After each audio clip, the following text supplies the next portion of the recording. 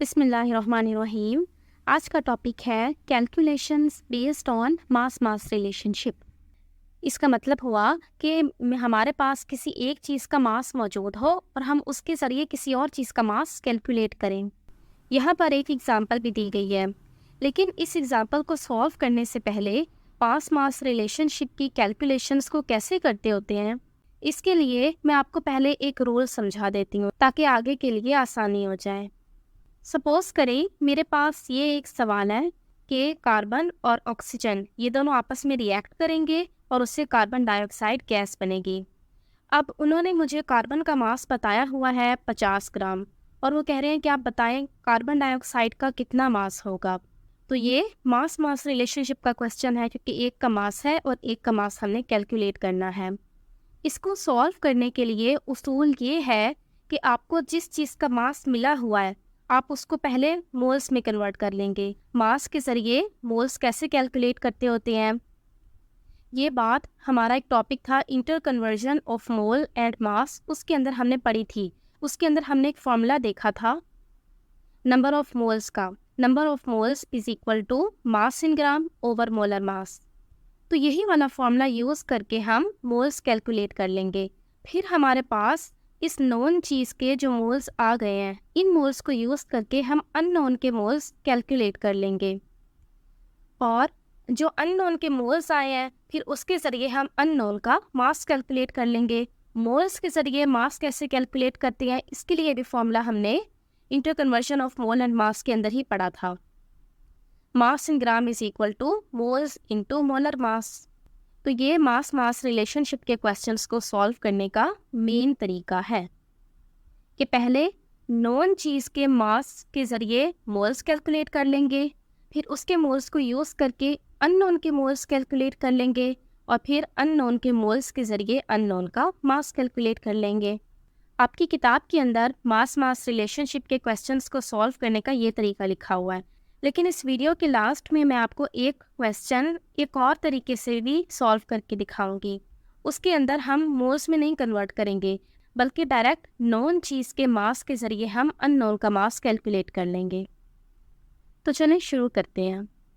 इस एग्जाम्पल को देखते हैं।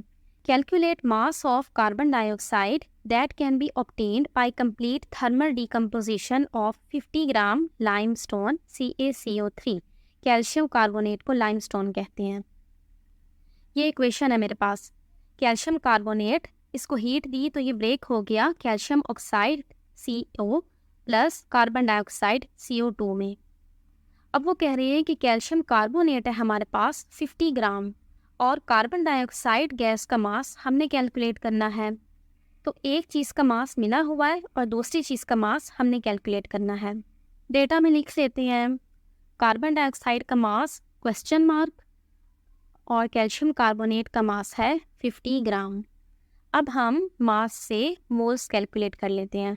नंबर ऑफ मोल्स का फॉर्मूला आपने पहले पढ़ा हुआ है, वो होता है mass in gram over molar mass. Mass in ग्राम मिला हुआ है 50 और कैल्शियम कार्बोनेट का मोलर मास 100 होता है। ये मैंने आपको सिखाया है कि कैसे कैलकुलेट करते हैं। इसका आंसर आ जाएगा 0.5। तो कैल्शियम कार्बोनेट की मोल्स है हमारे पास 0.5 मोल्स। अब आप इस इक्वेशन में देखें, हमारे पास पहले CaCO3 के सिर्फ 1 मोल है। जो शुरू में नंबर लगा होता है ना, वो मोल्स को रिप्रेजेंट करता है। यहाँ CaCO3 से पहले कुछ भी नहीं है, इसका मतलब 1 है। तो कैल्शियम कार्बोनेट के 1 मोल हैं और कार्बन डाइऑक्साइड से पहले भी कुछ नहीं है, इसका मतलब यहाँ पे भी 1 है। तो जब कैल्शियम कार्बोनेट के हमारे पास सिर्फ 1 मोल था, कार्बन डाइऑक्साइड गैस का भी 1 मोल था। तो अब हमने मास के ज़रिए जो मोल्स कैलकुलेट किए हैं वो कैल्शियम कार्बोनेट के हैं 0.5। तो अब जब 0.5 मोल्स कैल्शियम कार्बोनेट की हैं तो कार्बन डाइऑक्साइड के भी 0.5 ही होंगे। तो हम लिख देते हैं कार्बन डाइऑक्साइड के मोल्स हैं 0.5 मोल्स। अब हम इन मोल्स को यूज़ करके कार्बन डाइऑक्साइड का मास कैलकुलेट कर लेंगे। इसके लिए भी फॉर्मूला हमने पहले पढ़ा हुआ है। Mass in gram is equal to moles into molar mass. Moles हैं 0.5, कार्बन डाइऑक्साइड का मास होता है 44 और इसका आंसर आ जाएगा 22 ग्राम। तो अगर कैल्शियम कार्बोनेट का मास है 50 तो कार्बन डाइऑक्साइड का होगा 22।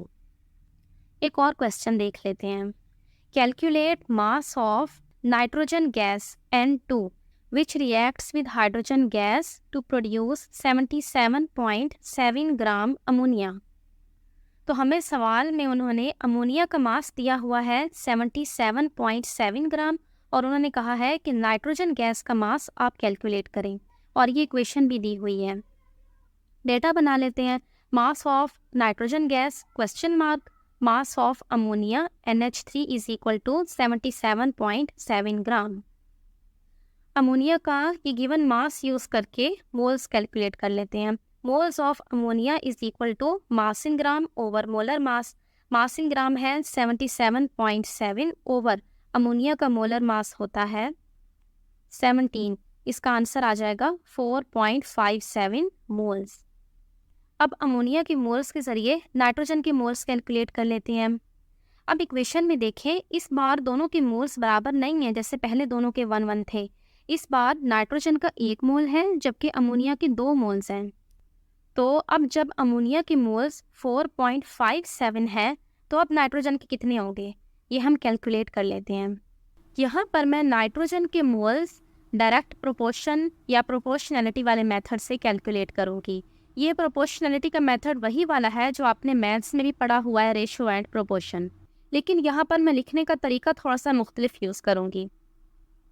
मैं आपको रिवाइज करा देती हूँ। आपने मैथ्स में कुछ इस तरह के क्वेश्चन हल किए होंगे कि मैं 20 लेटर 2 महीनों में लिख रही हूँ, तो मैं 40 लेटर कितने महीनों में लिखूँगी। इस तरह के क्वेश्चंस हम प्रोपोर्शनैलिटी मेथड के ज़रिए सॉल्व करते होते हैं।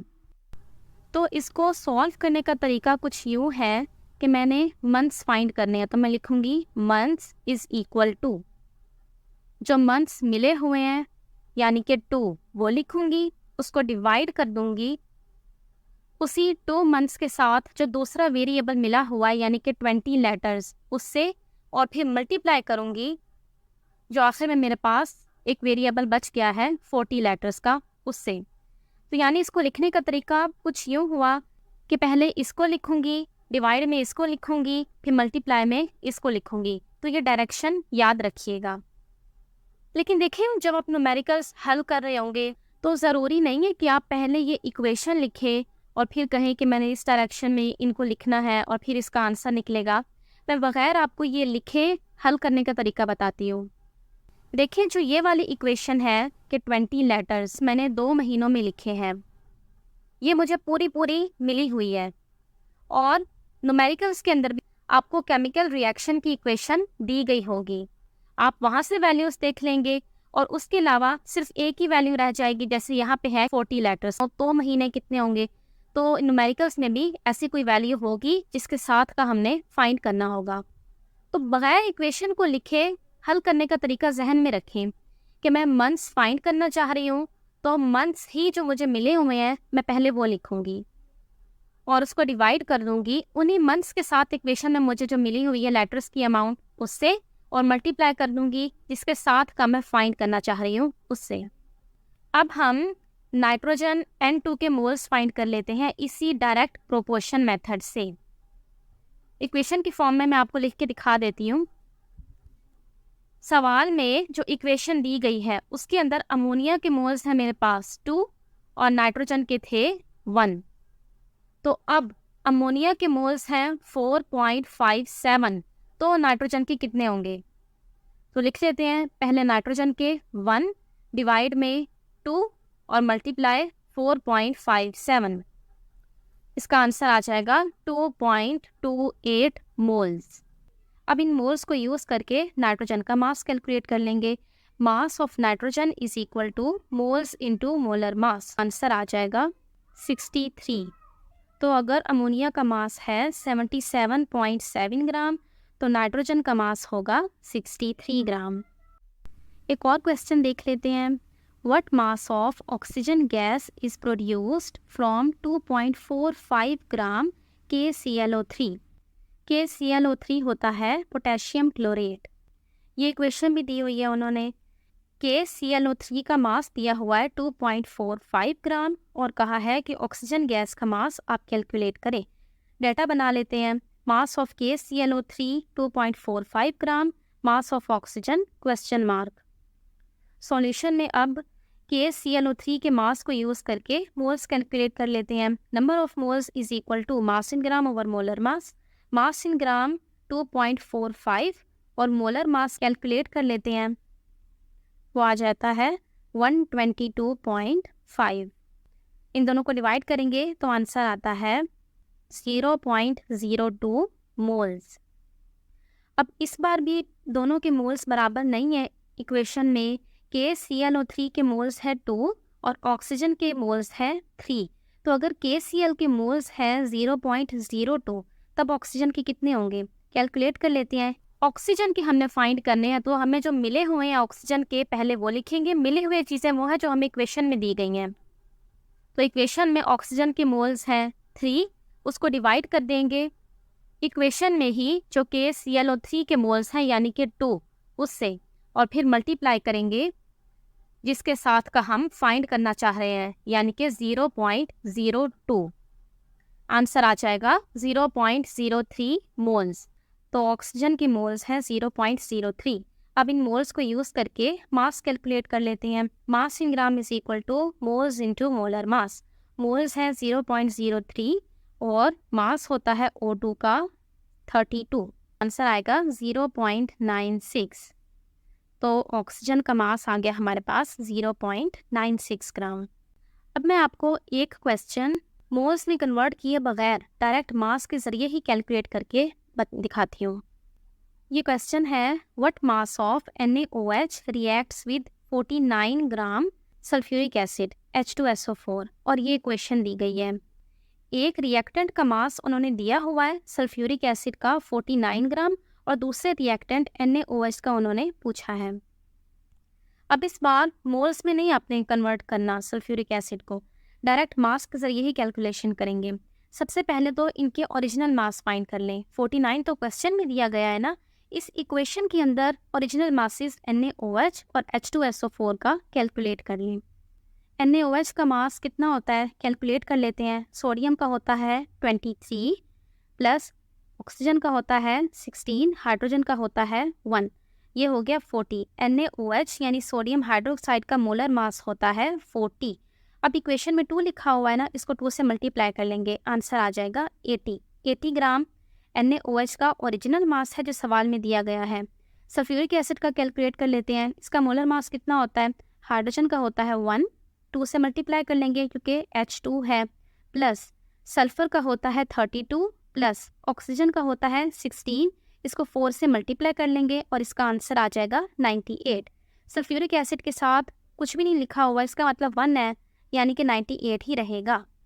तो ये है इन दोनों के ओरिजिनल मासेस, NaOH का 80 और सल्फ्यूरिक एसिड का 98। अब उन्होंने क्वेश्चन में हमें सल्फ्यूरिक एसिड का दिया हुआ है 49। NaOH का हम कैलकुलेट कर लेते हैं। Mass of NaOH is equal to, सबसे पहले इक्वेशन में हमें NaOH का मास जो दिया गया है यानी कि 80 वो लेंगे। इक्वेशन में ही हमें जो सल्फ्यूरिक एसिड का दिया गया है उससे डिवाइड कर देंगे और फिर मल्टीप्लाई करेंगे जिसके साथ का हम फाइंड करना चाह रहे हैं, यानी कि जब सल्फ्यूरिक एसिड होगा 49 तो 49 से मल्टीप्लाई, तो इसका आंसर आ जाएगा 40। तो NaOH का मास आ गया 40 ग्राम। जैसे पिछले सवालों में हम एक के मोल्स को यूज़ करके दूसरे के मोल्स कैलकुलेट कर रहे हैं ना, बिल्कुल उसी वाले तरीके से यहाँ पे हम एक के मास को यूज़ करके दूसरे का मास कैलकुलेट कर सकते हैं। अस्सलामु अलैकुम।